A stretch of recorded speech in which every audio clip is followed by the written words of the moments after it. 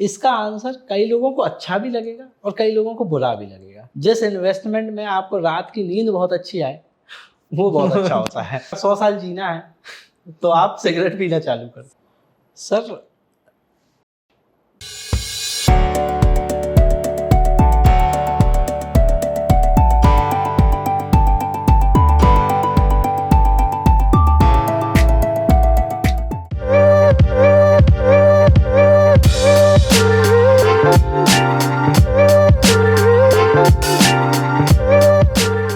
The show is strictly for educational purposes. The opinions expressed on the show are personal to the individuals appearing in the show and not those of Thinking Tree Ecoholics Private Limited. The show is not intended to offend or defame any individual, entity, caste, community, race, or religion, or to denigrate any institution, person, living, or dead. Listener discretion is strongly advised. Hello and welcome to Ecoholics Thinking Tree Talk Show. Today we have with us Drishtant Avasthi. He is the expert in the stock market for last 10 years. अब एक decade का जो stock market share market का experience है वो आपके सामने हम आज लाने वाले हैं। मेनली अगर आप एक स्टॉक मार्केट में नए इन्वेस्टर हैं या छोटे से अमाउंट से आप शुरू करना चाहते हैं स्टॉक मार्केट में इन्वेस्ट करना, तो ये वीडियो में आपको इसके सारे आंसर मिलेंगे। तो सबसे पहले हम समझेंगे कि कब मार्केट में पैसा लगाना चाहिए, कब नहीं लगाना चाहिए, क्योंकि जो स्मॉल इन्वेस्टर्स होते हैं वो बोलते हैं स्टॉक मार्केट रिस्की है। बट वो रिस्की क्यों है? क्योंकि इन्वेस्टमेंट रिस्की नहीं है, इन्वेस्टर रिस्की है। तो सबसे पहले हम ये समझेंगे कि एक इंटेलेक्चुअल जो रिक्वायर्ड है स्टॉक मार्केट में इन्वेस्ट करने के लिए, उसको आज हम डिस्कस करेंगे। So welcome Drishtant, welcome to the show. Thank you so much sir, आपने मुझे इस शो पे बुलाया और इस काबिल समझा कि हम लोग इस चीज़ पे डिस्कस कर पाएँ और लोगों को बता पाएँ कि कहाँ पे सही टाइम क्या है और गलत टाइम क्या है जहाँ पे इन्वेस्ट नहीं करना चाहिए। आई वुड से सही और गलत टाइम नहीं होता, बस आप इन्वेस्ट कर दो और टाइम देना पड़ता है। तो आपका जैसे एक्सपीरियंस रहा है स्टॉक मार्केट में, आपने कई रिसेशन देखे लास्ट 10 इयर्स में, कई बूम देखे, तो ये सारे का एक्सपीरियंस आज हमारी ऑडियंस को मिलने वाला है। तो आप इस चीज़ को समझिए, काफ़ी यंग इन्वेस्टर हैं। अगर आप इस समझदारी से अपने 20s में 30s में इन्वेस्ट करेंगे तो लेटर ऑन आपका पोर्टफोलियो बहुत हेल्दी बन जाएगा। तो दृष्टांत, सबसे पहले मेरा ये सवाल है आपसे कि व्हाट आर स्टॉक्स और शेयर्स। मतलब सबसे पहले हम यही समझेंगे कि स्टॉक्स और शेयर्स इंटरचेंजेबली हम यूज करते हैं, हाँ, उसका मतलब क्या होता है? ये दोनों एक ही चीज़ होती है, ये दोनों एक दूसरे के सिनोनिम्स हैं। हिंदी में बोले तो पर्यायवाची। स्टॉक्स को समझने से पहले एक छोटा सा बैकग्राउंड समझना पड़ेगा कि एक कंपनी है, जैसे मान लो आपका इकोहॉलिक्स में आपने एक एक्सटेंट तक बढ़ाई, उसके बाद आपको पैसे की ज़रूरत हुई, तो आप दो चीज़ कर सकते हो, या तो आप बैंक के पास जाओगे या आप किसी इन्वेस्टर के पास जाओगे। तो आप बैंक के पास कोई भी बिजनेसमैन जाना नहीं चाहता। उसका रीज़न है कि बिजनेस में अगर परमानेंट सोर्स ऑफ इनकम नहीं होती तो परमानेंट स्पेंडिंग नहीं होना चाहिए EMIs के थ्रू। सही बात है। तो जितना कम आपका ऑपरेटिंग कॉस्ट रहेगा उतना अच्छा आपका बिजनेस ग्रो होने के चांसेस रहेंगे। तो इसके बाद आदमी क्या करता है कि इन्वेस्टर्स के पास जाते हैं, या जो फाउंडर्स होते हैं कंपनी के, या प्रमोटर्स होते हैं जिनको हम प्रमोटर्स बोल सकते हैं, हाँ। वो इन्वेस्टर्स के पास जाते हैं जिनको आप एंजल इन्वेस्टर, वेंचर कैपिटलिस्ट, किसी भी नाम से कह सकते हो, और वो उनकी कंपनी में पैसा डालते हैं। अब वहाँ से आपने जब कंपनी काफ़ी ज़्यादा ग्रो कर ली और आपको लग रहा है कि अब हमें इस लेवल पे ग्रो करना है कि ग्लोबली जाना है, या हमें और चेंज खोलना है, या हमें कुछ भी एक्सपेंशन करना है, और उतना पैसा आपको चाहिए है लेकिन आप बैंक से फिर नहीं लेना चाहते, तो आप मार्केट में जाते हो और लोगों से पैसा लेते हो। और जब आप वो पैसा लेते हो तो वो एक छोटे छोटे अमाउंट में लोगों से लिया जाता है। किसी से 10,000 ले लिया, किसी का 1,000 ले लिया, किसी से कोई लाखों में इन्वेस्ट कर देगा, कई शेयर्स ले लेगा, कोई कम शेयर्स लेगा, लेकिन आप कहीं ना कहीं लोगों से पैसा लेते हो। तो अगर इसका मतलब आप ये समझा जाओ कि आपकी कंपनी का जो शेयर है बेसिकली एक हिस्सेदारी किसी के पास है। तो जो लोग स्टॉक्स लेते हैं मतलब कंपनी की हिस्सेदारी, बेसिकली पार्टनरशिप करते हो आप, वो आपका बिजनेस पार्टनर हो। तो इसी तरीके से इसको समझना चाहिए। सही बात है, क्योंकि अगर आप स्टॉक्स और शेयर को उस नज़रिए से समझेंगे कि ये रिस्की है या स्टॉक मार्केट रिस्की है, बट कंपनीज भी मैटर करती है, जिसको हम आगे डिस्कस करेंगे कि कहाँ पैसा लगाना चाहिए, कहाँ सही है, कहाँ गलत है पैसा लगाना, कौन सी कंपनी है। जैसे अभी दृष्टांत जी ने समझाया कि IPO, जिसके बारे में अभी आप बात कर रहे थे कि इनिशियल पब्लिक ऑफरिंग, हाँ। उसको भी हम आगे समझेंगे। पर उससे पहले हम जनता, अगर मैं आपसे बोलूँ या स्टूडेंट्स हैं या जो भी हैं, उनके पास एक डायलेमा रहता है कि हम डायरेक्टली मार्केट में पैसा लगाएं कि म्यूचुअल फंड के थ्रू पैसा लगाएं। इसी पे मेरा अगला सवाल है कि म्यूचुअल फंड्स होते क्या हैं? पहले हम ये चीज़ अपनी ऑडियंस को बताएंगे, what are mutual funds. Mutual funds को आप ऐसे समझ सकते हो कि म्यूचुअल फंड्स की स्टार्टिंग कैसे होती है कि जैसे आप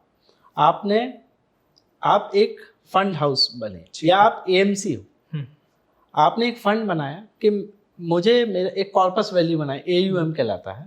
AUM लिया कि 2,500 करोड़, फिर आपने लोगों से पैसा मंगाया उसमें, और आपने उन स्टॉक्स में आप एक पोर्टफोलियो बनाते हो म्यूचुअल फंड का, और उसमें लोगों से पैसा लेते हो। म्यूचुअल फंड कुछ नहीं होता है कि एक ज्वाइंट करके म्यूचुअली लोग उसमें पैसा लगाते हैं, और उसी हिसाब से आपको उसकी हिस्सेदारी मिल जाती है। पूल बनता है बेसिकली पैसों का। और उसको लगाते कौन लोग हैं, मतलब जो एक्सपर्ट्स लोग होते हैं? हाँ, जो फंड मैनेजर्स होते हैं, उनकी एक टीम होती है, वो लगाते हैं। जो हेड होता है उनका फंड मैनेजर होता है, बाकी लोग उसको मैनेजमेंट, रिसर्च वगैरह वो सब करते हैं, वो लोग करते हैं। तो उसको आप म्यूचुअल फंड्स कहते हैं। म्यूचुअल फंड्स और स्टॉक्स बहुत ज़्यादा अलग चीज़ नहीं है, it's just a bunch of people buying it together. तो अगर हम देखें कि शेयर और स्टॉक्स, जो अपना पहला सवाल था जो हाँ। मैंने अपने ऑडियंस को समझाया, उसके बाद दूसरा सवाल ये था कि म्यूचुअल फंड, तो दोनों में से आप क्या सजेस्ट करना चाहेंगे, क्या चीज़ बेहतर होता है? हाँ, बहुत बड़ा कन्फ्यूजन रहता है लोगों में कि स्टॉक्स लेना चाहिए या म्यूचुअल फंड लेना चाहिए, या रिटर्न्स किस में ज़्यादा अच्छा है, किस में नहीं है। अगर आपके पास कम पैसा है, आपके पास टाइम कम है, हाँ, और आपके पास एक्सपर्ट नहीं है, आप एक्सपर्ट नहीं हो, आपके पास नॉलेज की कमी है, टेक्निकल एक्सपर्टीज नहीं है, कंपनी को रिसर्च करने का टाइम नहीं है। पर इसमें तो ऐसा होगा ना कि अगर आपके पास टाइम नहीं है तो आपने पैसा तो दूसरों के हाथों में दे दिया। हाँ, तो वो भी एक रिस्क है किसी ना किसी तरह का। वो रिस्क है, लेकिन वो लोग जिनको आप देते हो वो एक फंड मैनेजर है जो बहुत ज़्यादा एक्सपीरियंस लोग होते हैं, जो इस चीज़ को आपके बिहाफ में लगाते हैं। और म्यूचुअल फंड लेने का एक बहुत अच्छा बेनिफिट है, अगर आप स्टॉक मार्केट में आए और आपको 5,000 रुपये लगाने, बहुत ज़्यादा चांसेस है कि आप अच्छे स्टॉक्स नहीं ले पाएंगे। सही बात है। जैसे एग्जाम्पल लिया जाए, बजाज फाइनेंस है, वो 7,000 का शेयर है आज की डेट में, आप ले कैसे पाओगे? नहीं ले पाएंगे। MRF का शेयर है, आप नहीं ले सकते। MRF का तो पेज इंडस्ट्री का शेयर है, आप वो नहीं ले सकते। तो इसलिए आपको म्यूचुअल फंड ले लो, तो उस शेयर की कुछ हिस्सेदारी आपको मिल जाएगी, और कोई और लेगा तो उसको मिल जाएगी। और म्यूचुअल फंड का एक और बेनिफिट है, आपको एक एक्सपर्ट मिल जाएगा मिनिमम कॉस्ट में। सही है। आगे आने वाले सवालों में मैं आपके साथ डिस्कस करूंगा, वो बताएंगे भी कि कैसे अपनी नॉलेज बढ़ाई जाए। मान लिया कि स्टॉक मार्केट में डायरेक्ट इन्वेस्ट करने के लिए नॉलेज रिक्वायर्ड है, बट वो नॉलेज किस तरह पाई जाए, आगे आने वाले सवालों में हम डिस्कस करेंगे। पर उससे पहले मैं आपसे एक बेसिक सवाल पूछना चाहूँगा कि how can beginners start investing in the share market. एक शुरुआत है, सपोज मैंने आज तक कोई स्टॉक मार्केट में पैसा नहीं लगाया, अब मैं स्टार्ट करना चाहता हूँ, तो मेरा पहला स्टेप क्या होना चाहिए? हाँ, जैसे आपको स्टॉक्स में इन्वेस्ट करना है, तो सबसे पहला सवाल लोगों का यही आता है कि कैसे स्टार्ट करना। सही बात है, कंपनी आ गई, कंपनी ने अपना IPO ले आई, उसको अपने शेयर्स देने। अब आपने उसके शेयर्स ले लिए, आपने इनिशियल पब्लिक ऑफरिंग में आपने चाहा कि मुझे लेना है, तो उसके लिए सबसे पहले आपको डीमैट अकाउंट खुलवाना पड़ेगा। डीमैट अकाउंट किसी भी डिस्काउंट ब्रोकर के थ्रू खुलवा सकते हो। उसमें से कुछ फेमस है, जैसे ज़ेरोधा है, ग्रो है, अपस्टॉक्स है, ये बहुत अच्छे हैं, इनके इंटरफेसेस भी बहुत अच्छे हैं। इनमें आप आप म्यूचुअल फंड्स भी देख सकते हो, कमोडिटीज़ भी देख सकते हो, और IPOs में भी अप्लाई कर सकते हो, और डायरेक्ट ट्रेड भी कर सकते हो। डायरेक्ट ट्रेड है तो इसमें पूरा एनालिसिस और वो हाँ, सारा आप चीज, चार्ट देख सकते हो, टेक्निकल्स देख सकते हो, इंडिकेटर्स देख सकते हो, सारी चीज़ इसी के थ्रू देख सकते हो, इसी के थ्रू। तो ज़ेरोधा आपने बताया, ग्रो और तीसरा अपस्टॉक्स। ऐसी और भी कंपनियां हैं, बट ऐसी बहुत है, लेकिन ये मेजरली चलते हैं। अच्छा, तो ये तो हमारा पहला चीज हो गया कि हमने इस पे अकाउंट बना लिया। हाँ, इस पे दूसरा चीज, उसके बाद अकाउंट बनाने के बाद आपको वो जो स्टॉक है, जो कंपनी है, जैसे आपने एग्जाम्पल है रिलायंस में आपको लेना है, आप सर्च करेंगे, उसमें 2 चीज़ें मिलेंगी, रिलायंस BSE, रिलायंस NSE। तो मैं आपको पहले ये क्लियर कर दूं कि BSE और NSE क्या होता है। सही बात। तो BSE basically Bombay stock exchange, NSE national stock exchange. BSE की खासियत ये होती है कि इन चीज़ों की ये एक्सचेंजेस हैं। मैंने स्टॉक खरीद लिया, अब मुझे कल को बेचना है तो सही कंपनी तो मुझसे खरीद नहीं रही डायरेक्ट, और आपको डायरेक्ट बायर ढूंढना भी डिफिकल्ट। आपको बायर ढूंढना भी डिफिकल्ट है। तो एक ऐसी जगह हाँ। जहाँ पे सेलर्स भी हों और बायर्स भी आए, एक साथ इकट्ठे हों और वो कहें कि मैं बेचना चाहता हूँ या मैं खरीदना चाहता हूँ, उस तरीके से आप अपने को, कि आपने बोला कि मुझे एक स्टॉक आपने 100 रुपये में लिया, आपने कहा मैं 110 में निकालना चाहता हूँ, तो आपने जब वो 110 में निकालना है तो एक ऐसी जगह जहाँ पे वो दोनों लोग मिल जाएं, बायर और सेलर, उसको एक्सचेंज बोलते हैं। तो वही है बॉम्बे स्टॉक एक्सचेंज और नेशनल स्टॉक एक्सचेंज। तो हमने ये तो समझ लिया कि Bombay stock exchange, national stock exchange, एक कंपनी दोनों स्टॉक एक्सचेंज पे होती है। पर हमने कभी कभी ये टर्म भी सुना है कि निफ्टी और सेंसेक्स। हाँ, तो हमारी ऑडियंस ये जानना चाहती है कि निफ्टी और सेंसेक्स क्या है। निफ्टी और सेंसेक्स को अपन ऐसे समझ सकते हैं, जैसे आप शॉपिंग पे हर महीने जाते हो और आप राशन लेते हो, किसी दिन आप आते हो राशन लेने के बाद और आप बोलते हो कि इस बार महंगाई हो गई है, महंगाई बढ़ गई है। वो आप ऐसे लेते हो कि जो एवरेज कॉस्ट होती है आपका जो निकल के आता है राशन लेने का, वो पैसा आपने ज़्यादा दिया था उसमें। इसी को निफ्टी और सेंसेक्स के रूप में स्टॉक एक्सचेंजेस बताते हैं। मतलब ये कंपनी की परफॉर्मेंस ऊपर नीचे कैसी हुई, जैसे हम अगर डोमेस्टिकली देखें तो वो बास्केट हमारी खर्चे को और उसको एक्सप्लेन करता है, पर सेंसेक्स और निफ्टी स्टॉक्स की, कंपनी की और स्टॉक्स की बास्केट होती है, टाइप का हेल्थ कार्ड, रिपोर्ट कार्ड बोल सकते हैं। हाँ, बेसिकली एक रिपोर्ट कार्ड, बस लाइव रिपोर्ट कार्ड है रिपोर्ट।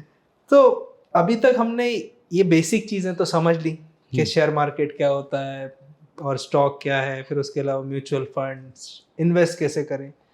पर ये सारी चीज़ आपने बताया, इसका अच्छा साइड भी है, फ्लिप साइड भी है।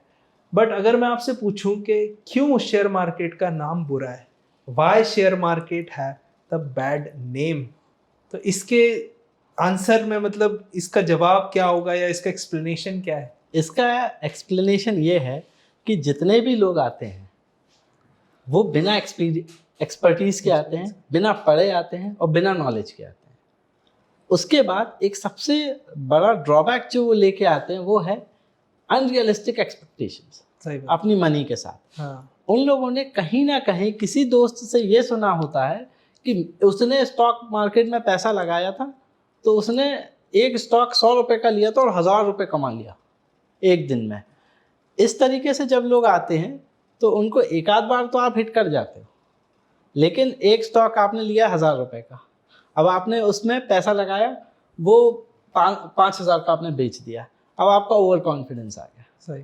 अब आप उस एक्सपीरियंस के बेसिस पे अब 10,000 रुपये लगा देते हो, और जब आप 10,000 रुपये लगाते हो उस स्टॉक में, अब वो नहीं जाएगा, उसमें भी 1000 ही मिलता है, फिर 1000 भी नहीं मिलता। सही बात है। तो मेनली हम बात कर रहे हैं कि यहाँ एजुकेशन की कमी है, हाँ, या फिर लैक ऑफ नॉलेज, हाँ, या बिना कंपनी को समझे, नॉलेज है हमको स्टॉक मार्केट की पर हमने कंपनी को रीड नहीं किया उतना प्रॉपर्ली, इस वजह से अगर हमने, मतलब हम उसको एज अ गैम्बलिंग बोल सकते हैं? नहीं, गैम्बलिंग नहीं बोल सकते।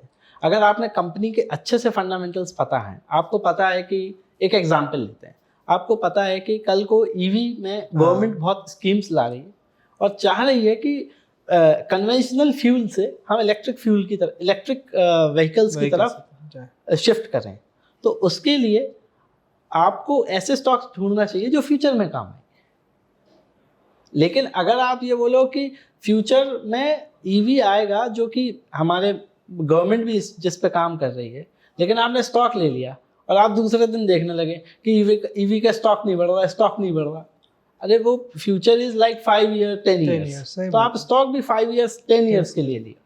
और दूसरी चीज़ है, स्टॉक जो मैंने सबसे पहले आपसे कहा था, एक शेयर होता है, एक हिस्सा होता है, इट्स लाइक अ प्रॉपर्टी। आप जब जमीन खरीदते हो तो आप ये सोचते हो कि दूसरे दिन प्राइस बढ़ जाए या तीसरे दिन प्राइस बढ़ जाए, आप ये नहीं सोचते हो। तो जब आप इस तरीके से समझते नहीं हो चीज़ों को, तो आप पहले तो इन्वेस्ट मत करो ऐसी कंपनीज में। दूसरी चीज़, आप प्रॉपर्टी के को जैसे ट्रीट करते हो वैसे ही आपको इस चीज को ट्रीट करना चाहिए। तो अभी तक हमने दो चीजें सीखी कि पहला, स्टॉक मार्केट में नॉलेज आपकी बहुत कंपलसरी है जब अगर आप इन्वेस्ट करना चाह रहे हैं, और दूसरा जैसा कि आपने बताया है कि आपको पेशेंस रखना है। हाँ। तो अब दूसरे का तो मैं कुछ बोल नहीं सकता, इट्स अ सब्जेक्टिव थिंग, आप पे डिपेंड करता है, हम पे डिपेंड करता है, हर इंसान का पेशेंस अलग अलग है। पर पहली चीज का हम इलाज निकाल सकते हैं। तो पहली चीज है दृष्टांत जी, हम नॉलेज कहाँ से गेन करें? क्या हम वो किताबें पढ़ें जो मार्केट में अवेलेबल हैं, जो हर कोई बताता है कि 10-12 किताबें हैं अच्छी, या फिर हम किसी स्टॉक मार्केट में जो बहुत सक्सेसफुल इंडिविजुअल्स रहे हैं उनको फॉलो करें, कि करंट न्यूज़ पढ़ के, न्यूज़ चैनल देख के, उसका क्या सॉल्यूशन है? उसका एक सिंपल सॉल्यूशन है। पहला रूल बना लो कि बड़े इन्वेस्टर्स को फॉलो नहीं करना, क्योंकि वो छोटे मोटे लॉसेस या वो बड़े लॉसेस बहुत आराम से झेल जाते हैं। सही बात। लेकिन एक नया इन्वेस्टर है, वो अगर लॉस झेली वो नहीं झेल पाता, उनका बजट खिल जाता है, नेटवर्थ, हाँ, और कॉन्फिडेंस खत्म हो जाता है मार्केट से। तो पहली चीज़ कि आपको बड़े इन्वेस्टर्स को फॉलो नहीं करना। दूसरी चीज़, न्यूज़ पर नहीं जाना, क्योंकि न्यूज़ कई बार आर्टिफिशियली बनाई जाती हैं स्टॉक मार्केट के प्राइस को ऊपर लाने के लिए या स्टॉक प्राइस को नीचे लाने के लिए। तो उस पर नहीं जाना। Stick to fundamentals. पहला, कंपनी पे भरोसा है, आपका एनालिसिस अच्छा है, तभी आप इन्वेस्ट करिए, वरना मत करिए। अब तीसरा जो आपका है कि नॉलेज कैसे लाना है, उसके लिए कुछ बेसिक बुक्स हैं जिसमें आपको पैसे की समझ आती है। पहली है रिच डैड पुअर डैड, वो पढ़िए। दूसरी है इंटेलिजेंट इन्वेस्टर, उसको लीजिए। और एक है साइकोलॉजी ऑफ मनी। ये 3 बुक आपको बेसिक हैं, बहुत है, लेकिन आपको, मुझे नहीं लगता कि सारी बुक्स इन्वेस्टिंग पे ही पढ़ना चाहिए या फाइनेंस पे ही पढ़ना चाहिए। कि जब आदमी, एक बुक आपने पढ़ी, आपको हर चीज़ नहीं लगेगी। सही। फिर आपने दूसरी बुक पढ़ी तो आपको 50% चीज़ें नहीं लगेंगी। जब आप तीसरी बुक पढ़ोगे तो 25% ही चीज़ें ऐसी होंगी जो आपको नहीं लगेंगी, बाकी सारी चीज़ें रिपीट होने लगती हैं। तो उससे बेटर है 3-4 बुक से ज़्यादा मत पढ़ो और आप अदर डायमेंशंस को एक्सप्लोर करो। आप साइकोलॉजी पढ़ लो, ह्यूमंस के बारे में पढ़ लो, हिस्ट्री पढ़ लो, ये सारी चीज़ें पढ़ो, वो ज़्यादा आपको स्मार्ट बनाएगी। क्योंकि एक किताब पढ़ने से अगर उसको हम इम्प्लीमेंट ना कर पाए, हाँ, क्योंकि आपने कहा जैसे हर बुक पढ़ने पे एक एडिशन होगा, हाँ, तो एक एडिशन होगा, वो हम अपने एडिशनल, अगर हम कहीं नोट्स बना रहे हैं, कुछ भी चीज़ें लिख रहे हैं, उसको इम्प्लीमेंट करने की कोशिश करें तो वो ज़्यादा बेनिफिट करेगी, ना कि हम क्वांटिटी पे जाएं कि हमने 100 किताबें हाँ, पढ़ ली इस नहीं, टाइप से। तो ये हमारी बात हो गई कि ये बुक्स पढ़ने से, और छोटा मोटा अपना खुद का एनालिसिस करो, दूसरों बड़े इन्वेस्टर्स को ना फॉलो करते। इसी पे मेरा अगला सवाल है कि what should a person do, trading और इन्वेस्टिंग? इसमें बहुत लोगों को डाउट होता है। डाउट ये होता है कि ट्रेडिंग क्या है, इन्वेस्टिंग क्या है, लोग इसको डिफरेंस नहीं समझते, इसके फायदे नुकसान अलग अलग हैं। तो आइए जानते हैं ट्रेडिंग एंड इन्वेस्टमेंट में ऑडियंस को आप किस तरह से डिफरेंशिएट करेंगे। See, trading for me is like कि ये चीज़ कभी नहीं करो, अभी मत करो जब तक आपको नॉलेज ना हो। 2% पीपल जो ट्रेडिंग से पैसा कमाते हैं और 98% पीपल ट्रेडिंग में पैसा गंवाते हैं। और वो जो 2% लोग पैसा बनाते हैं, वो इतना ज़्यादा मार्केट करते हैं अपने प्रोडक्ट को कि मैंने पैसा बनाया। हर किसी को लगता है कि वो पैसा बना लेगा, वो नहीं बना पाता। It is an undeniable fact कि पैसा कुछ लोग बना रहे हैं। तो उसी तरीके से कुछ लोग सिगरेट पीते हैं 100 साल तक, लेकिन जिंदा रहते हैं। लेकिन आप सिगरेट कंपनी ये थोड़ी ना मार्केट करने लगेगी कि अगर 100 साल जीना है तो आप सिगरेट पीना चालू कर। सही।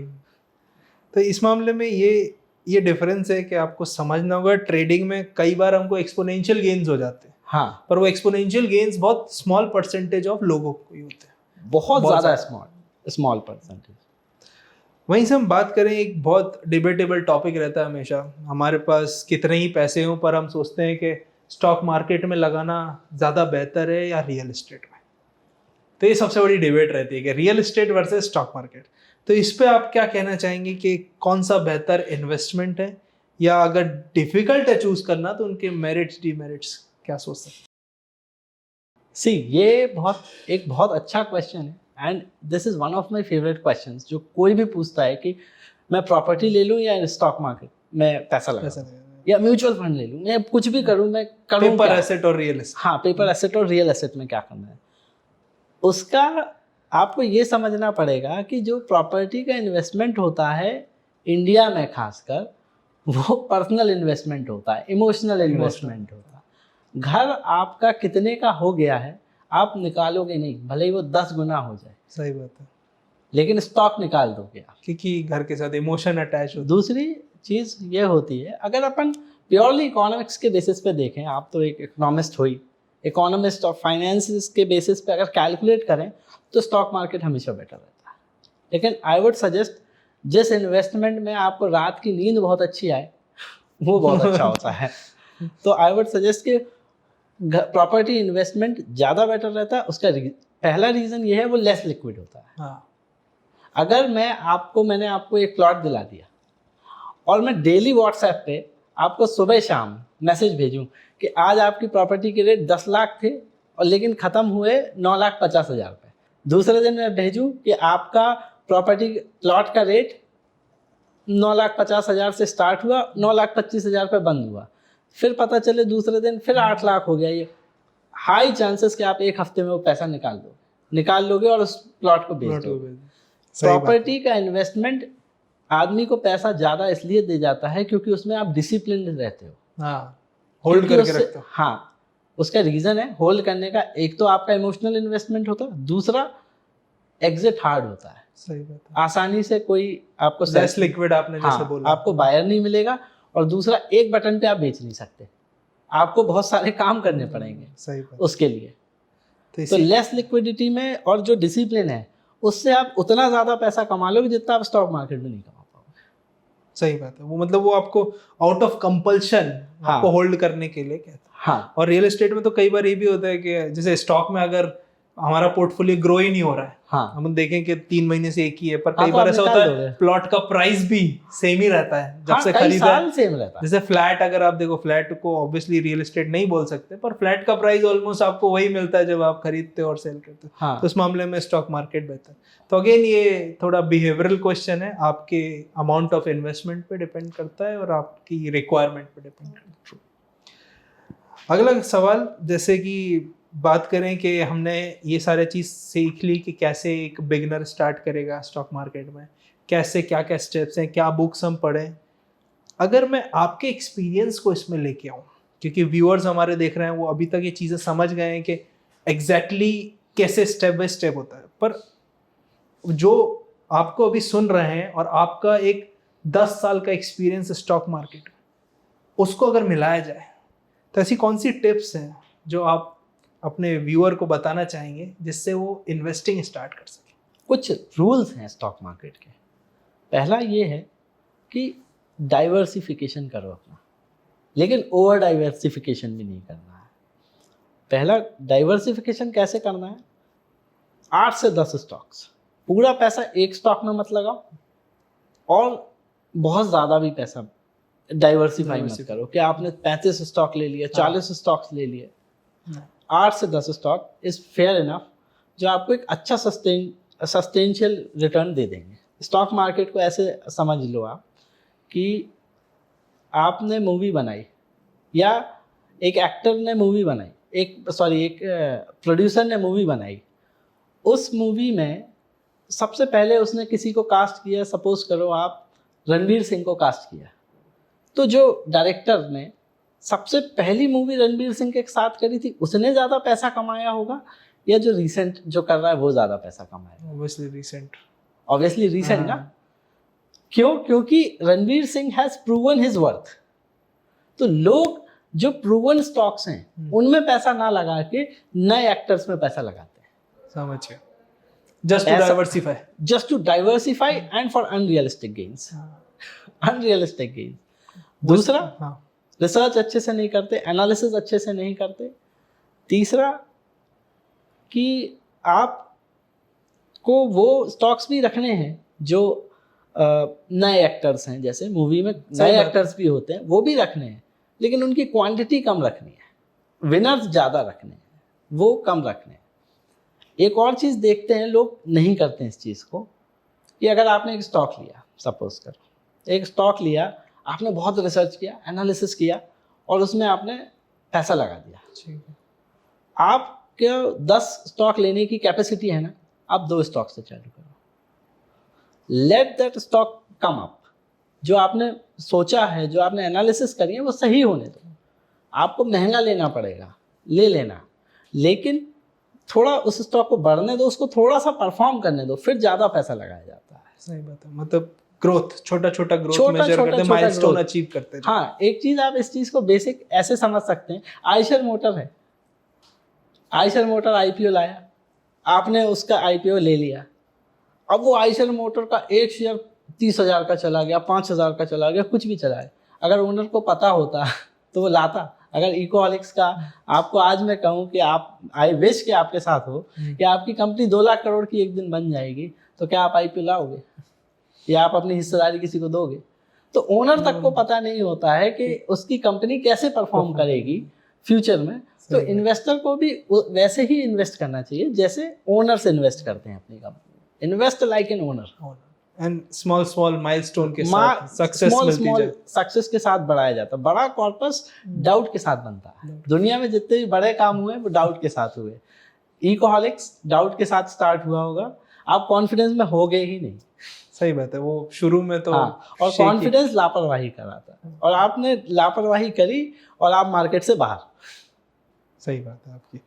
तो जैसे कि अभी हम देख रहे हैं Russia Ukraine war middle phase में है, फिर अगर हम बात करें कि ताइवान और चाइना का जो इंटरनेशनल इशू चल रहा है, उसके बाद यूरोप में भी गैस का इशू है, तो सप्लाईज एंड मतलब हर जगह नेसेसिटी का इशू चल रहा है। तो are we heading towards recession? आपका क्या कहना है? सर, इस चीज़ को मैं ऐसे समझता हूँ, रिसेशन हो या वॉर हो या कुछ भी हो, अगर आपने किसी कंपनी में इन्वेस्ट किया है और वो लार्ज कैप कंपनी है, लार्ज कैप मतलब जिनकी कैपिटलाइजेशन, मार्केट कैपिटलाइजेशन बहुत बड़ा है। एग्जाम्पल ले लेते हैं एशियन पेंट्स। रशिया और यूक्रेन वॉर से क्या उसको फर्क पड़ेगा कंपनी को? थोड़ा बहुत पड़ सकता है, रॉ मटेरियल का कॉस्ट बढ़ गया कुछ टाइम के लिए। इसमें आपको टेंशन इस बात की लेनी चाहिए कि आप कितने टाइम के लिए इन्वेस्ट कर रहे हो। अगर आप 2 महीने के लिए इन्वेस्ट कर रहे हो तो आपको इन्वेस्ट नहीं करना चाहिए वॉर के टाइम पे। लेकिन आप 10 साल के लिए इन्वेस्ट कर रहे हो तो रशियन वॉर नहीं चलेगा, रशियन वर्ल्ड वॉर नहीं चला था, वर्ल्ड वॉर नहीं चला था। तो इट डिपेंड्स आप किस टाइम पे कर रहे हो। दूसरी चीज, आपकी एज क्या है। जो लोग रिटायर हो चुके हैं और जो इन्वेस्ट करना चाह रहे हैं, उनको टाइम बहुत मैटर करता है। लेकिन जो अपने जैसे एज हैं, जो 25 से 30 के बीच में है, वो कभी भी इन्वेस्ट करते हैं, कोई मैटर नहीं करता। आप 10 साल के लिए चल रहे हो, 10 साल में इकोनॉमी ऑब्वियसली अच्छा करेगी, कंपनी अच्छा ही करेगी, नहीं करेगी तो निकल जाना मार्केट से। सही बात है, दूसरी कंपनी करेगी, दूसरी कंपनी करेगी। आपको तो नॉलेज जो हो गया उससे आप इन्वेस्ट कर सकते हैं। सही बात। तो अगर मैं आपके बारे में जानना चाहूँ कि, या ऑडियंस आपके बारे में जानना चाहे कि what is your investment philosophy, आप क्या क्या चीज़ें ध्यान रखते हैं बिफोर इन्वेस्टिंग, और आपका एक्सपर्टीज मतलब आप किस तरह से कंपनी को एनालाइज करते हैं, क्या सोचते हैं उसके बारे में, मार्केट की टाइमिंग को देख के किस तरह से रीड करते हैं। So what is your investment philosophy? मेरी इन्वेस्टमेंट फिलॉसफी बहुत सिंपल है। फंडामेंटल्स पहली चीज़ है, सबसे इंपॉर्टेंट चीज़ होती है फंडामेंटल्स। कंपनी में जो आपने पहले भी क्वेश्चन पूछा था, उसका भी आंसर इसमें भी थोड़ा सा इंक्लूडेड रहेगा, मिक्स आंसर रहेगा। उसका ये है कि कंपनी में 2 तरीके से प्रॉब्लम आती है। एक एक्सटर्नल प्रॉब्लम आती है और एक आती है इंटरनल प्रॉब्लम। एक्सटर्नल प्रॉब्लम्स जो आपने बोली, अगर एक्सटर्नल आ रही है तो एक दिन खत्म हो जाएंगी, कंपनी तभी भी रहेगी। सही बात। लेकिन अगर इंटरनल प्रॉब्लम आ रही है कि सेल्स डाउन हो रहा है, ऑपरेटिंग प्रॉफिट बहुत ज़्यादा बढ़ रहा है, बिजनेस मॉडल ही अब सस्टेन नहीं कर पा रहा है, तो ऐसी कंपनीज में इन्वेस्ट नहीं करना चाहिए और उन्हीं में इन्वेस्ट करना चाहिए जो ऑलरेडी प्रूवन है, वो ज़्यादा बेटर है। और ये चीज़ डिफर करती है पर्सन टू पर्सन। तो ठीक है, ये बात हमने समझ ली कि प्रूवन बिजनेस मॉडल हो या कोई सक्सेसफुल कंपनी हो, या जो कंपनी बहुत स्टेबल हो, हाई ग्रोथ पे हो, बड़ी कंपनी हो, सालों से पुरानी हो, उसमें इन्वेस्ट करना है। पर ये बात बताइए दृष्टांत जी कि अपन एक कंपनी कितनी ही ग्रोथ कर सकती है, हर चीज़ की एक लिमिट है, तो उस मामले में आप क्या कहना चाहेंगे? चलो अपन एक एग्जाम्पल समझते हैं। एक एग्जाम्पल ये है कि लोगों की जैसी डिस्पोजेबल इनकम बढ़ेगी, वैसे वैसे प्रीमियम प्रोडक्ट्स का मार्केट भी बढ़ेगा। जैसे आपको एक एग्जांपल दें, जिलेट है। जिलेट शेव करने का प्रोडक्ट है, बियर्ड।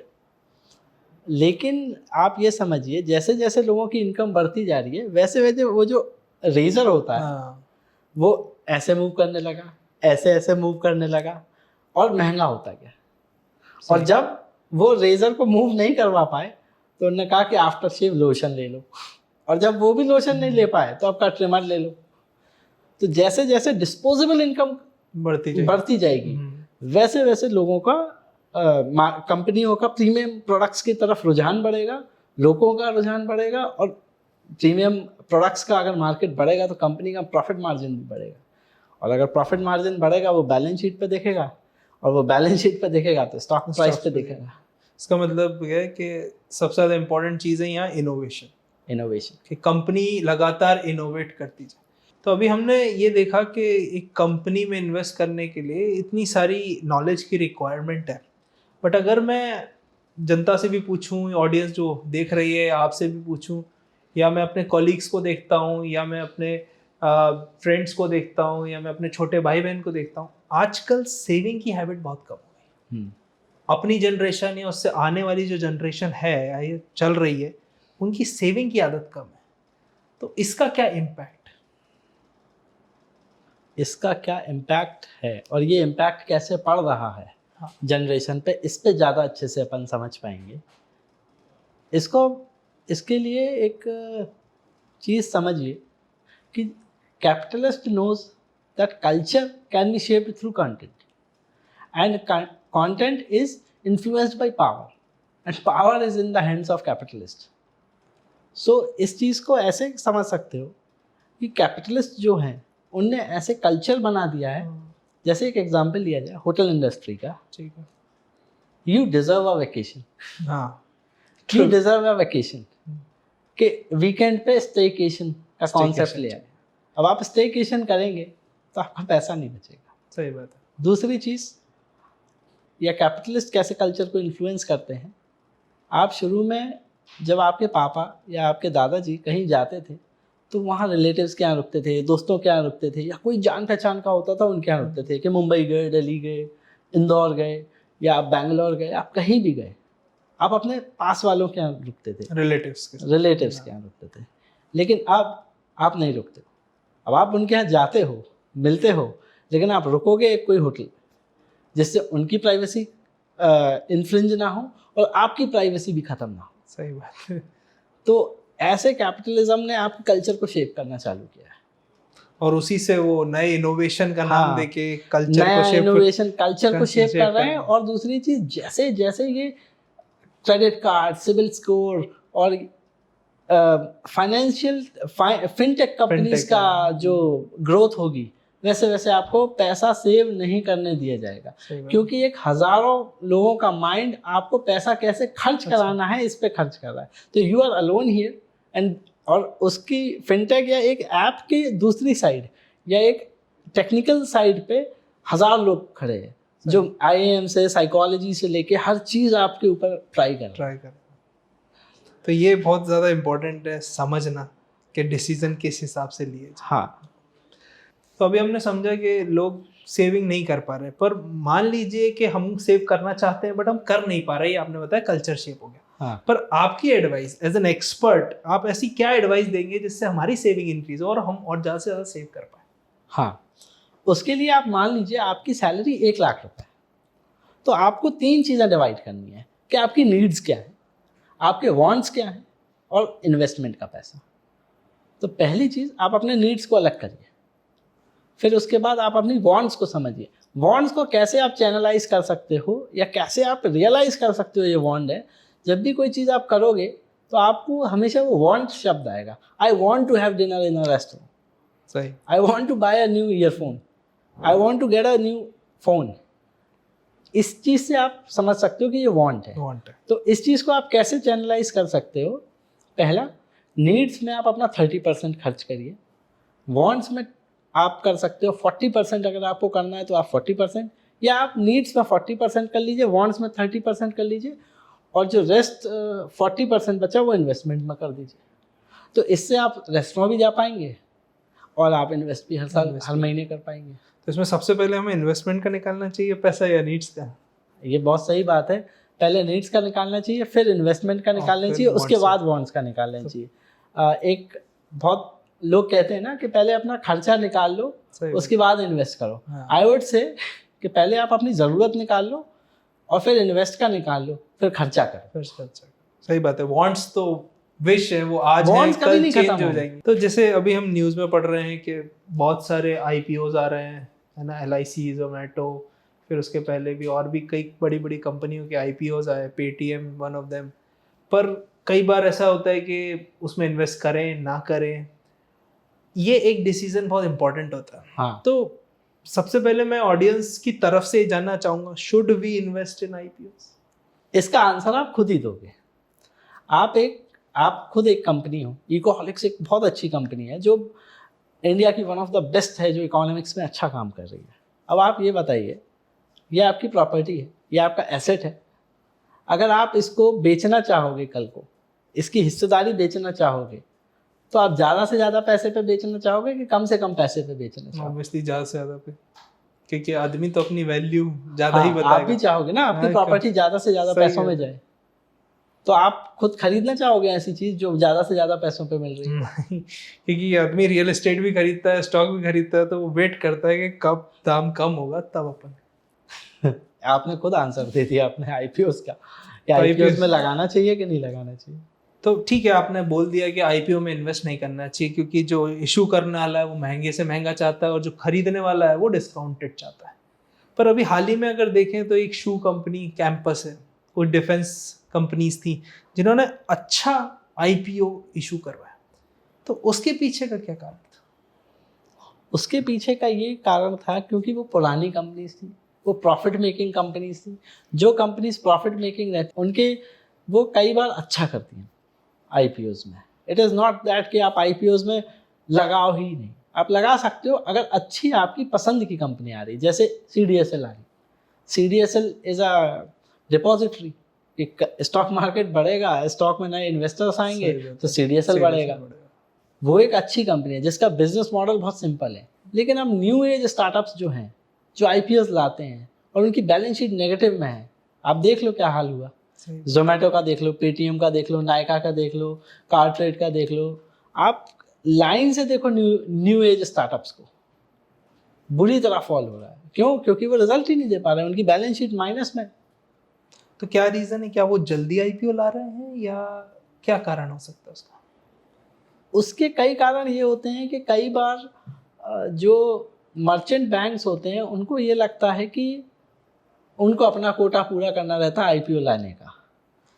कई बार जो पहले उनने इन्वेस्टर्स को लाए थे, हाँ VC, वो फोर्स करते हैं कि IPO लाओ जिससे वो अपना पोर्शन Exit कम कर कर पाए या वो प्रॉफिट कमा पाए, क्योंकि हर आदमी प्रॉफिट कमाने आया है उस कंपनी। सही बात।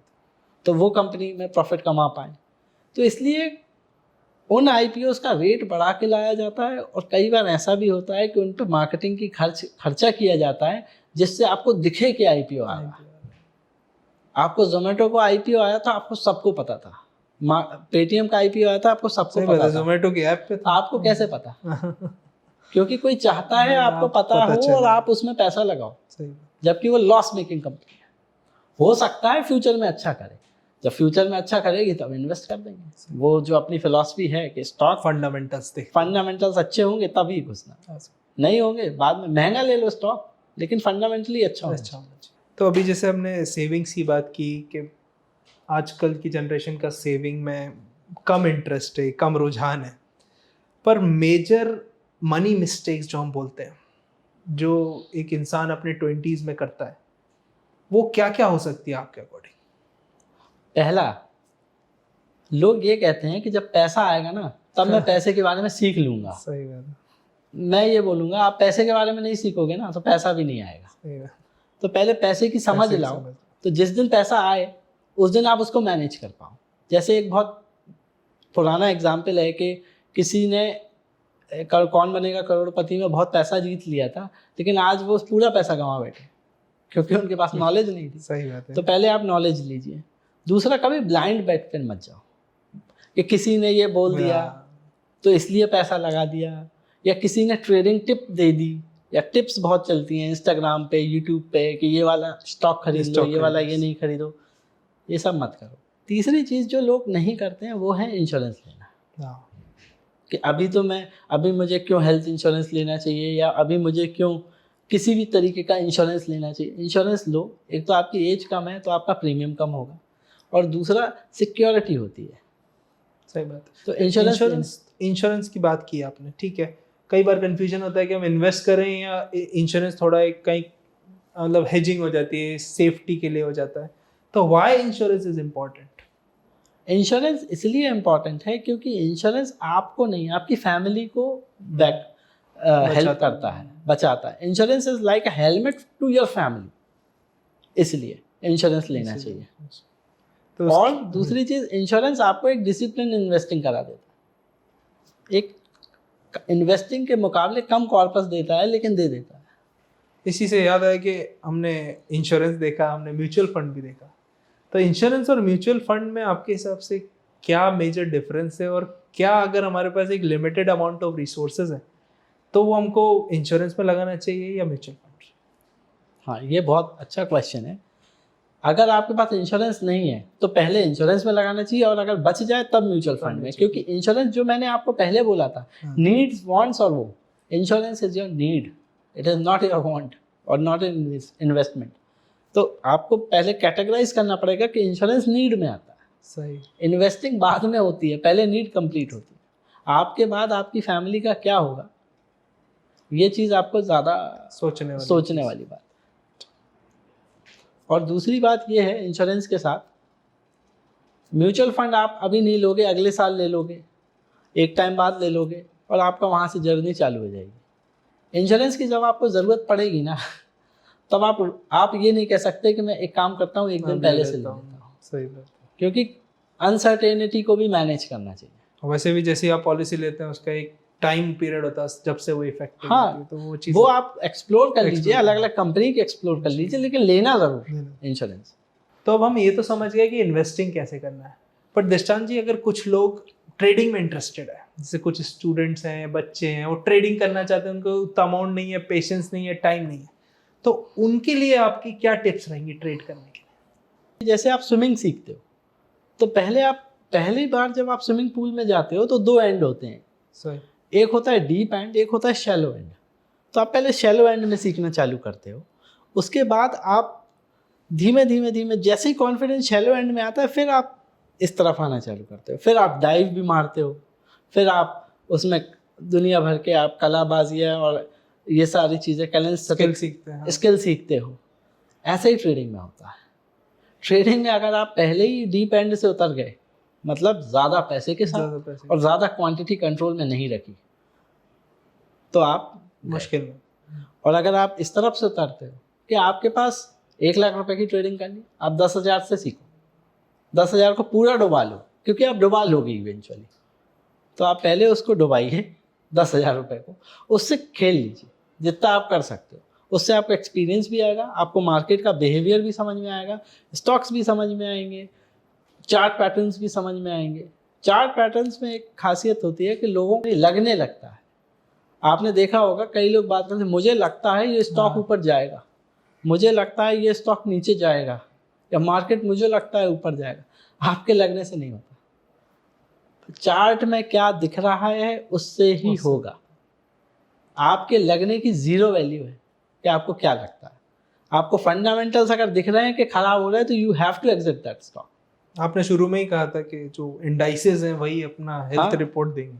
आप रिपोर्ट में जो दिखेगा वही करेंगे, इमोशंस पे नहीं। इमोशंस पे नहीं चलता। मेरा आपसे आखिरी सवाल ये है कि ऐसे कौन से सेक्टर्स हैं या स्टॉक्स हैं जिनको हमें अवॉइड करना चाहिए, जिनसे हमें दूर रहना चाहिए? तो ऐसे बहुत सारे स्टॉक्स होंगे जिनमें हम इन्वेस्ट नहीं करना चाहिए या उनसे अवॉइड, क्योंकि अभी हम यहाँ पर टिप्स नहीं दे रहे हैं एग्जैक्टली, हम आपको एजुकेट कर रहे हैं। हम ये नहीं बता रहे कि यहाँ से आपको इन्वेस्ट करना है, इतना अमाउंट करना है, इतने समय के लिए करना है। This is not what we are teaching here. What we are telling is कि आपको कौन कौन सी चीज़ें फॉलो करना है, रूल्स या फंडामेंटल्स, या कौन कौन सी चीज़ें अवॉइड करना है। तो इसी पे मेरा सवाल है कि कौन कौन से ऐसे सेक्टर्स हैं या कौन कौन से ऐसे स्टॉक्स हैं जिनको हमें अवॉइड करना चाहिए। ये आपका क्वेश्चन जो है ना, इसका आंसर कई लोगों को अच्छा भी लगेगा और कई लोगों को बुरा भी लगेगा, क्योंकि it differs from people to people. ये मेरी पर्सनल राय है, पर्सनल ओपिनियन है। ऐसे स्टॉक्स मत लो जिसमें जो बिजनेस है वो गवर्नमेंट के बेसिस पे चल रहा है, या जो कंपनीज हैं उनका मेजर जो पार्टनर है वो गवर्नमेंट है। क्योंकि कई बार फंड्स की कमी होती है गवर्नमेंट को, कई बार पेमेंट्स डिले होते हैं, लेकिन उसको तो अपने रॉ मटेरियल वाले को देना ही है ना पैसा, तो उससे उसकी बैलेंस शीट हिलती है। और बैलेंस शीट अगर अच्छी नहीं होगी, मैंने आपसे बोला कि बैलेंस शीट से कॉम्प्रोमाइज़ नहीं करना है, सिंपल। तो ऐसे स्टॉक्स में नहीं जाना जो गवर्नमेंट को बिजनेस दे रहे हैं। दूसरे स्टॉक्स मुझे जो पर्सनली अच्छे नहीं लगते वो हैं PSUs। ऐसा नहीं है कि PSUs ख़राब होते हैं, PSUs बहुत अच्छे हैं, बहुत अच्छी चीज़ है, गवर्नमेंट को करना चाहिए और वो नेशन के लिए ज़रूरी है। लेकिन गवर्नमेंट का काम प्रॉफिट मेकिंग नहीं है, और स्टॉक मार्केट प्रॉफिट मेकिंग चीज़ चलती है। तो PSU से थोड़ा सा बचना चाहिए, इसलिए क्योंकि एक PSU को मानिए और एक प्रॉफिट मेकिंग कंपनी को मानिए, गवर्नमेंट के का बहुत डाइवर्स काम होता है कि गवर्नमेंट को रेलवेज भी चलाना है, एडमिनिस्ट्रेशन भी चलाना है, ये भी चलाना है, और उसमें एक कोई PSU भी चलाना है। तो उस हिसाब से आपको PSUs को थोड़ा अवॉइड करना चाहिए, क्योंकि उनमें गवर्नमेंट का इंटरफेरेंस रहता है, उनकी पॉलिसीज चेंज होती रहती हैं, इसलिए थोड़ा सा उनसे अवॉइड करिए। बाकी आपके ऊपर डिपेंड करता है। तीसरा स्टॉक होते हैं जो मुझे पर्सनली मैं दूर रहता हूँ इन्वेस्टमेंट के पर्सपेक्टिव से, वो है कमोडिटीज़। इनमें आप ट्रेड कर सकते हो क्योंकि ये साइकिल बेस्ड होते हैं कि चाइना में या यूरोप में क्राइसिस होगा तो कमोडिटीज़ पे इफेक्ट आएगा, तो वहाँ आप या तो बियरिश हो सकते हो या बुलिश हो सकते हो, लेकिन आप इन्वेस्ट नहीं कर सकते। कमोडिटीज़ बहुत ज़्यादा मार्जिन पे चलता है, बहुत कट टू कट साइकिल चलती है। जरा सा भी स्विंग इस तरफ हुआ तो बैलेंस शीट में दिखेगा नेगेटिव, और थोड़ा सा स्विंग इस तरफ हुआ तो बैलेंस शीट में दिखेगा पॉजिटिव। तो आप दोनों चीज़ों में इतना ज़्यादा नेक टू नेक करके आप गुड नाइट स्लीप नहीं ले पाओगे, आप टेंशन में रहोगे। तो इससे बेटर है कि आप उनमें ट्रेड ज़रूर कर लो। अगर आपको ट्रेडिंग करनी है, स्टील में ट्रेड कर लिया, इसमें गोल्ड कंपनीज में कर लिया, कॉपर में कर लिया, लेकिन आप ऐसे मत जाइए। उसके बाद एक जो कंपनीज आती हैं वो है यूटिलिटीज़। इनमें एक्सेप्शंस हैं, ऐसा नहीं है एक्सेप्शंस नहीं है, एक्सेप्शंस हर स्टॉक हर सेक्टर में एक्सेप्शन मिलेगा। लेकिन यूटिलिटीज़ में अपन अगर जाएं तो यूटिलिटीज़ क्या है ना, हर आदमी की ज़रूरत होती है, कॉमन आदमी की ज़रूरत होती है। जैसे बिजली है, पेट्रोल है, उसके बाद वाटर है, इंटरनेट है, ये बेसिक नेसेसिटी है। तो जब ये बेसिक नेसेसिटीज़ होती हैं तो गवर्नमेंट कभी भी इनको आम आदमी की पहुंच से ऊपर जाने नहीं देगी, और जब वो आम आदमी की पहुंच से ऊपर नहीं जाने देगी तो आप ग्रोथ पे कैप लग जाएगा। इसलिए इनमें नहीं जाना चाहिए। जैसे मैंने अभी पहले बोला था, कमोडिटीज़ या ग्रोथ की बात करी, आप अगर स्टील का प्राइस देखो तो अगर आप स्टील कोई सरिया का प्राइस देख लो, अगर आप बहुत बेसिक सरिया का, तो कोई एक स्टील कंपनी, टाटा स्टील है, जिंदल स्टील है, उन दोनों के प्राइस में फ़र्क नहीं रहेगा, दोनों के स्टील प्राइसेस में कुछ फ़र्क नहीं रहेगा। लेकिन अगर अपन देखा जाए कि एक फ़ोन है, एक फ़ोन 10,000 का भी मिलता है, एक फ़ोन 1 लाख का भी मिल रहा है, और रॉ मटेरियल कितना ही लग रहा होगा। तो इसलिए हमें कमोडिटीज़ से, PSUs से और यूटिलिटीज़ से थोड़ा दूर रहना चाहिए, उनमें इन्वेस्ट करना से बचना चाहिए। ठीक है दृष्टांत जी। सो आई होप आपको मज़ा आया होगा। शो में बहुत अच्छी हमने इन्फॉर्मेशन की। So don't forget to like this video. और आप चाहते हैं कि ये नॉलेज और लोगों तक पहुँचे, आपके फ्रेंड तक पहुँचे, क्योंकि इन सिंपल वे में अनफिल्टर्ड ओपिनियन आपको इकोहॉलिक्स के थिंकिंग ट्री पे ही मिलेगा, तो आप अपने दोस्तों के साथ ये वीडियो शेयर कर सकते हैं। पर एट लास्ट, अगर आप कुछ और टिप्स जो आपके मन में रह गया हो, जो मेरे सवालों में नहीं हो, वो अगर आप देना चाहते हैं ऑडियंस को, तो वो दृष्टांत जी वो आप दे सकते हैं। इन्वेस्टमेंट में स्टॉक कैसे चूज़ करते हैं लोग, तो हर आदमी का बायसनेस होती है। जैसे डॉक्टर्स हैं, अगर उनको स्टॉक्स चूज़ करने की बात करें तो वो IT स्टॉक्स चूज़ करते हैं, या IT स्टॉक्स चूज़ करेंगे, बैंकिंग स्टॉक्स चूज़ करेंगे, या कमोडिटीज़ चूज़ कर लेंगे, या कुछ भी चूज़ कर लेंगे। लेकिन वो फार्मा स्टॉक्स या हेल्थ से रिलेटेड स्टॉक्स चूज़ नहीं करते, क्योंकि उनको क्या लगता है ना, मुझे पता है इसमें क्या गलती है।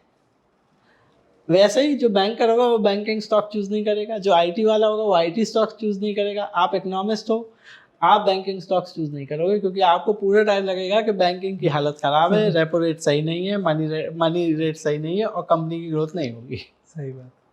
तो पहली चीज़ है, जो आप कंज्यूम करते हो ना, जिस आप इंडस्ट्री में हो, पहले उसके स्टॉक चूज करो। क्योंकि आपको क्या लगता है कि आपकी इंडस्ट्री में ही प्रॉब्लम है, हर इंडस्ट्री में प्रॉब्लम है, जस्ट आपको पता नहीं है, क्योंकि आप उस इंडस्ट्री में हो नहीं। तो इसलिए ऐसे स्टॉक्स चूज करो, पहले जिस इंडस्ट्री में आप काम करते हो उसको, दूसरा जिन कंपनी को आप जानते हो या कंज्यूम करते हो और जिनको आप 10 साल बाद तक यूज़ कर सकते हो। ऐसे जैसे एक छोटा सा एग्जांपल है, आप जूते पहनते ही हो, 10 साल बाद भी जूते पहनोगे, चाहे रिसेशन आए, चाहे वर्ल्ड वॉर आए, चाहे कोरोना आए, चाहे कुछ भी आए, आप जूते तो पहनोगे। तो आप जूते के स्टॉक्स चूज कर सकते हो, फुटवेयर चूज कर सकते हो, और इनफैक्ट उन्हें रिटर्न्स भी बहुत अच्छे दिए। दूसरी, लो हैंगिंग फ्रूट्स को नहीं लेते। जैसे एक सर्वे किया गया था, जो मैंने देखा था, अमेरिका में हुआ था सर्वे। उसमें कुछ बच्चों को बोला कि तुम स्टॉक्स चूज कर लो अपने पसंद के, पूरा एक बकेट बना लो, और कुछ सीएस को बोला गया कि आप भी चूज कर लो। सीएस ने पूरा अपना पढ़ाई करके, इकोनॉमिक्स लगा के और फाइनेंशियल देख के स्टॉक चूज करे, और कुछ बच्चों ने चूज करे, और 5 साल बाद उन बच्चों के पोर्टफोलियो ने सीएस के पोर्टफोलियो को बीट कर दिया। उसका रीज़न है, उस बच्चे को पता था कि उसको डिज्नी हॉटस्टार या डिज्नी क्यों लेना है, या बारबी क्यों लेना है, या कैडबरी क्यों लेना है। सीएस को नहीं पता। ग्राउंड रियलिटी जिनको पता होती है, वही ग्राउंड या फुटवर्क जिसमें आपने किया है उसी को चूज करिए, आपको कभी लॉस नहीं होगा। और वेट करिए कि पहले आप अपने सेक्टर के स्टॉक्स को चूज करिए, बायस मत होइए उनके प्रति, कि बच्चों ने वही चूज किया जो वो कंज्यूम करते हाँ, तो जो आप कंज्यूम करते हो आप वो चूज जिससे करो। नहीं और जिन कंपनी के बारे में आपको पता है इन एंड आउट, जिनका बिजनेस नहीं समझ में आता, उनमें मत जाइएगा, उसमें मत जाना, नहीं तो आप लॉस बुक कर लोगे और आपको एंग्जाइटी रहेगी। नहीं, ये ऑडियंस को हमारे बहुत ही बेहतरीन एग्जाम्पल से आपने समझाया। आई होप आप सबको मज़ा आया होगा। So don't forget to subscribe Ecoholics for more these kind of videos. I hope you enjoyed. Thank you and have a nice day.